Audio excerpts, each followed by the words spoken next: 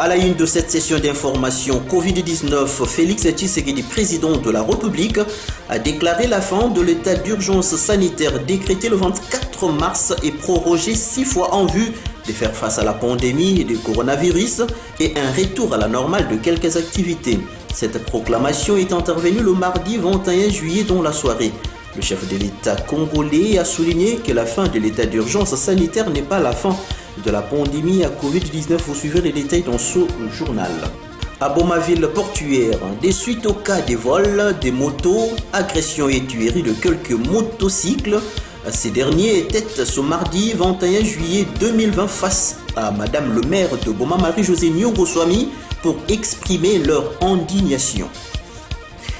Derrière le marché Kakongo-Songo, c'est une inquiétude dont le chef de la population, de suite à une maison littéralement abandonnée par son propriétaire, aujourd'hui transformée en un QG de malfrats. Pénurie d'eau, quartier Sepkombangu, les abonnés de la Régie des eaux crient au secours. Sur place, c'est une faible pression qui s'observe lors du jaillissement de cette denrée indispensable à la vie. Voilà, c'en est fini pour les principales articulations. Une fois de plus, bienvenue si vous nous rejoignez. Je l'ai dit en titre, Covid-19 en RDC, Félix Tshisekedi, président de la République, a déclaré la fin de l'état d'urgence sanitaire décrété le 24 mars et prorogé 6 fois en vue de faire face à la pandémie au coronavirus en République démocratique du Congo et en retour à la normale de quelques activités. Cette proclamation est intervenue le mardi 21 juillet 2020 dans la soirée. Le chef de l'État a souligné que la fin de l'état d'urgence sanitaire en RDC n'est pas la fin de la pandémie au coronavirus. Écoutons-les.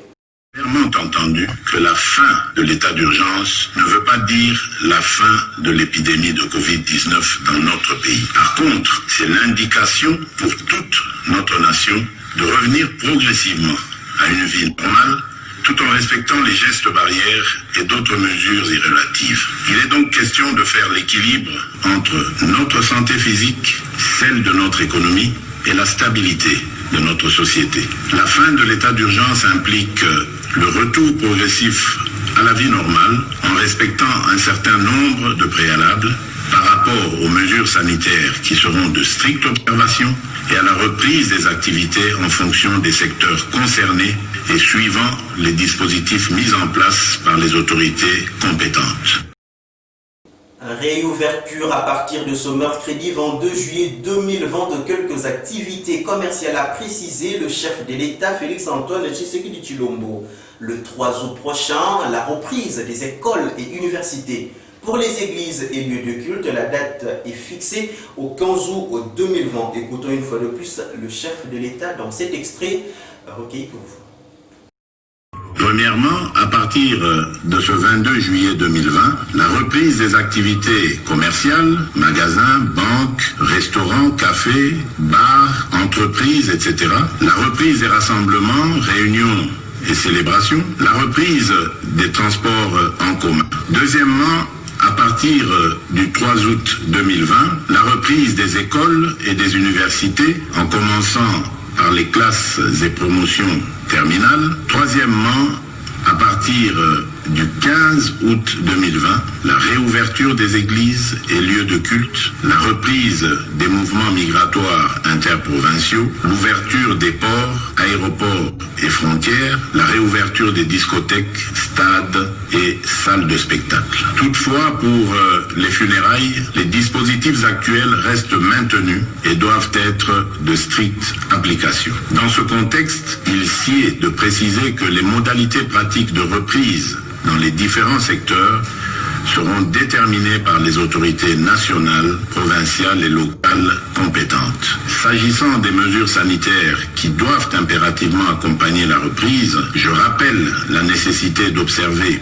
partout et en tout temps les mesures barrières ci-après. La mise en place des dispositions de contrôle à chaque entrée impliquant la prise de température, le lavage des mains et ou l'application des gels hydroalcooliques, le port correct et obligatoire des masques dans les lieux publics, le respect de la distanciation physique, le contrôle et le suivi de l'état de santé du personnel public et privé, ainsi que la décontamination et la désinfection régulière des lieux d'activité. L'abbé Donatien Cholet, qui a suivi religieusement la déclaration du chef de l'État ce mardi 21 juillet 2020 dans la soirée diffusée sur la télévision nationale, pense que les églises et lieux de culte devraient être privilégiés. Il a exprimé sa désolation. Écoutons-le dans ce duplex. Vous exprimez ma désolation parce que c'est renvoyé encore à plus tard, alors que dans le contexte actuel, c'est parmi les choses qui pouvaient déjà être autorisées. Il faut quand même considérer l'importance de la prière dans la vie d'un homme. Quand on autorise le marché, les transports, les écoles, même dans les classes terminales, quand on voit comment fonctionne le marché, et alors qu'on a déjà démontré, par exemple pour l'Église catholique, comment on peut s'organiser pour tenir contre la maladie, je trouve que c'est tard. Bon, on ne peut rien, on peut que se soumettre. On aurait pu déjà autoriser, en tout cas, ce qui concerne l'Église catholique, toutes les précautions sont prises pour que même aujourd'hui, on ouvre et on tiendrait compte de l'épidémie. Mais déjà avant... D'habitude, pas comme d'habitude, il y avait quand même un débit qui tient compte sur la distanciation, mais pas comme d'habitude. Mais le 15 août... Pour ceux qui vivent que dans la prière, dans l'Eucharistie, c'est loin. Willy Bakonga, ministre national de l'enseignement primaire, secondaire et technique, fustige les comportements de certains chefs d'établissements privés qui avaient, pendant cette période de la crise sanitaire due à la pandémie à coronavirus, procédé à la clôture de l'année scolaire 2019-2020, puis à la remise des bulletins aux élèves. Écoutons son indignation dans ce duplex recueilli pour vous. À la fixation de la date de la rentrée scolaire de septembre prochain, nous rappelons que le système d'enseignement à distance ne remplace nullement les cours devant être assurés dans les écoles. Par conséquent, la remise des bulletins et la clôture de l'année scolaire organisée au mépris de la décision de fermeture des écoles décrétée par son Excellence Monsieur le Président de la République, chef de l'État, dans le cadre de l'état d'urgence sanitaire, sont annulées. Par ailleurs, nous demandons aux responsables d'écoles publiques et privées agréées de prendre toutes les dispositions nécessaires pour une reprise de cours maîtrisée, sécurisée et contrôlée afin de préserver les élèves, nos enfants et leurs formateurs de cet impitoyable assassin qu'est la Covid-19. À Bomaville, portuaire et touristique, je l'avais dit en titre que de suite au cas des vols des motos, agressions et tueries de quelques motocycles, ces derniers étaient face à Madame le maire de Boma, Marie-Josée Nyogoswami, ce mardi 21 juillet 2020 pour exprimer leur indignation. Espérance Dinouno et Blaise Poba pour plus de précisions.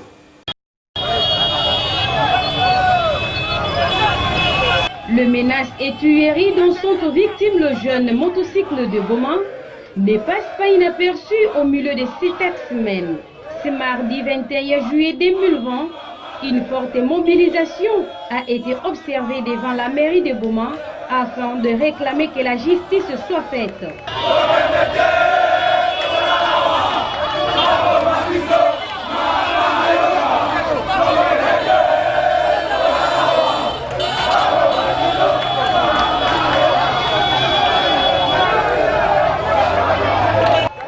Scandant de chansons interpellatrices à l'endroit de l'autorité urbaine, sans le moindre respect de la distanciation sociale, afin d'éviter la contamination à la Covid-19, cette forte délégation de motocycles de Boma n'avait qu'un seul objectif, solliciter auprès du numéro 1 de Boma l'autorisation de s'impliquer dans la traque des auteurs de crimes, car elle en a marre.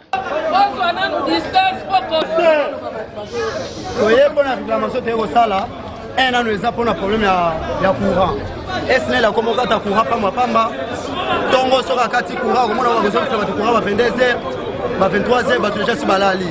Bah pour nous on va commis trop. Parce que dès qu'on a vu sur mon moto, bah penser que moto le 19h, à ce sala boy, bah 20h boy, bah que bon maïna pour tamba on va que boire kaina, kambi pepe le kuna.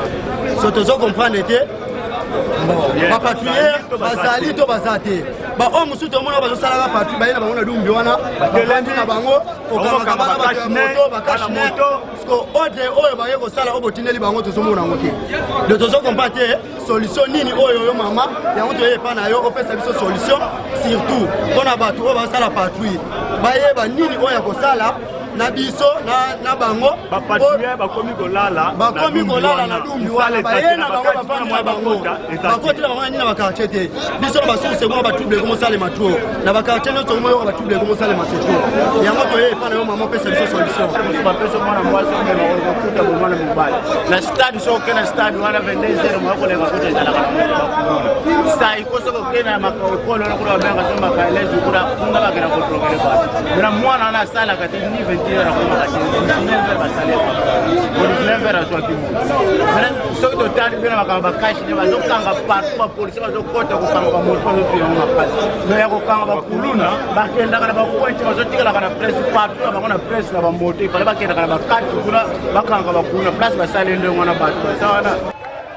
À savoir et que ces ras-le-bol de motocycle s'est fait suite au vol d'une moto, puis l'agression du motard enregistrée le lundi 20 juillet 2020 dernier et l'assassinat d'un de leurs a suivi de la disparition de sa moto la nuit du lundi au mardi 21 juillet récent.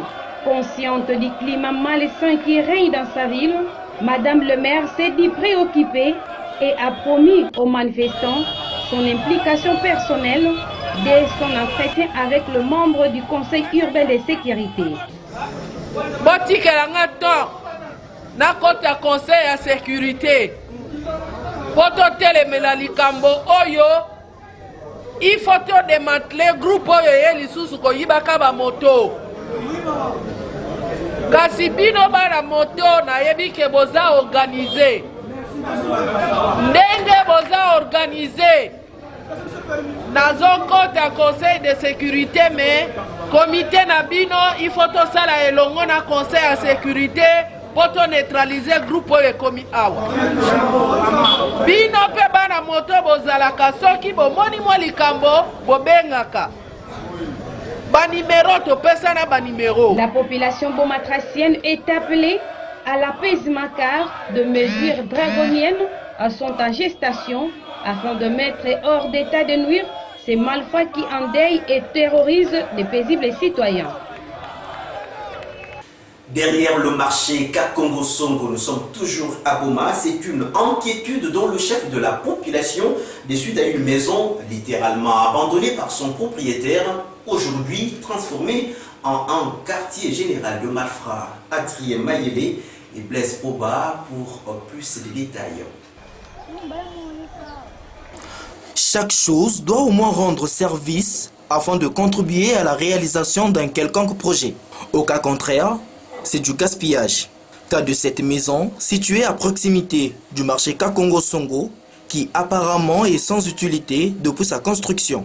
Abandonnée par son propriétaire pour aller s'installer ailleurs, présentement ce sont les inciviques qui s'en servent à témoigner la population d'alentour. Moi c'est le chef de cellule qui est cellule Pambo. Il y a un quartier Kimbangu, na manima ya Kakongo-Songo. L'union beto ke faso yai. Na kutala ka inzo yai kena sala beto pass. Muna ntake chef de cellule à 0 mètre. Mais inzo yai finda bazona viko katola matiti yai. Samu na nini bakuluna bamindu wa diamba bato bachueke bameba kaka inzo yai neti siège ya bao. Bakeba na boto la bato babima na couloir yai. Ngeke koka kutuba vepuse ngeke na insécurité puisque Kakongo-Songo bake mingi awa bao kene kusala betu pasi meka kusodisa matiti ai bemeka utilange samu bazona kitombe nto matiti voanda kwa sababu basuama inzo ya ingena mona pipa batu plein na titi bamesala kuna siège bao na yao tata kufo inzo ya andi kele andi kuiza kotsa swati locataire samu sécurité manisa kumbo nani papa tai nkwimbi Paulin animevona na sebiko papa tai nkwimbi Paulin kuiza baka disposition sana injonge mesa to passe mingi beto nakata marché les on a quand même mettre la bakuluna ve ba mibi ve mais beto ka ilikuwa ba déclaration ya batu ke injo mosi kama nima ya marché ke inguna bakuluna mama uvana c'est vrai que kita siterre mais mona que non injo ina bakuluna mama uvana kuna amesale ke bau na bambau nuna bachunga bau kusala ba mamba bau kabemba kabima mesa iba bila kabina kuna yao tumekita siterre tumebucha ngunga ke injo yetu zona ve fuma injo ni monika anikuza sabaka injo nani andi bangsa injo nani. Un quartier général des hors-la-loi qui expose plusieurs habitants de Kakongo-Songo à l'insécurité, voilà qui nécessite sa mise en valeur par son propriétaire. Seul moyen efficace pouvant déloger ces inciviques qui y sont élus domicile depuis longtemps. Au quartier Mbangou, nous sommes là dans la commune de Kalamon, c'est la présence d'un poteau penché assurant le transport des fils conducteurs de l'énergie électrique qui met mal à l'aise la population dans l'entour. Il est installé à quelques mètres de l'église Mama Yalouzewo. Reportage. Passer à proximité de ce poteau, assurant le transport des fils électriques, devient beaucoup plus inquiétant pour la population de cette juridiction. Nous sommes à quelques mètres de l'église Mama Yalouzewo au quartier Kimbangu dans la commune de Kalam. Comme l'on peut en apercevoir, le dit poteau appartenant à la SNEL ne garde plus sa position initiale. Il est penché au risque même de se retrouver totalement par terre.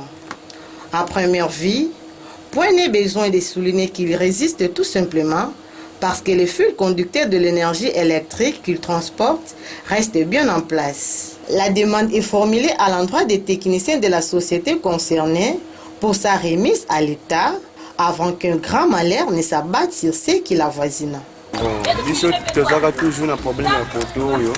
Première fois que tu na poteau yo, tout justement réaction les monde na éviter ba conjoint c'est la réaction ça me pour que ça même chef c'est belle a nani problème à poteau. En cas et ça biso bien pour na ko ebisa ba kondi ba yo kabiso pour na poteau oyo tezana avenue Mbangu na Mama Luzingu na Mama Luzingu place bana mike belé basaka bayaka ko sangana awa ti kuna na ba oyo bayaka na église mais poteau epesa biso donc na ko banga poteau en tout cas to yango to senga na bakonzi ba singa ope tout na vacances force qui courait donc to banga ka ba singa tout na pamba ce qui mon pépé donc ba singa le moité de to banga makasi côté do yango to zo benga ba l'état pénal la biso poteau.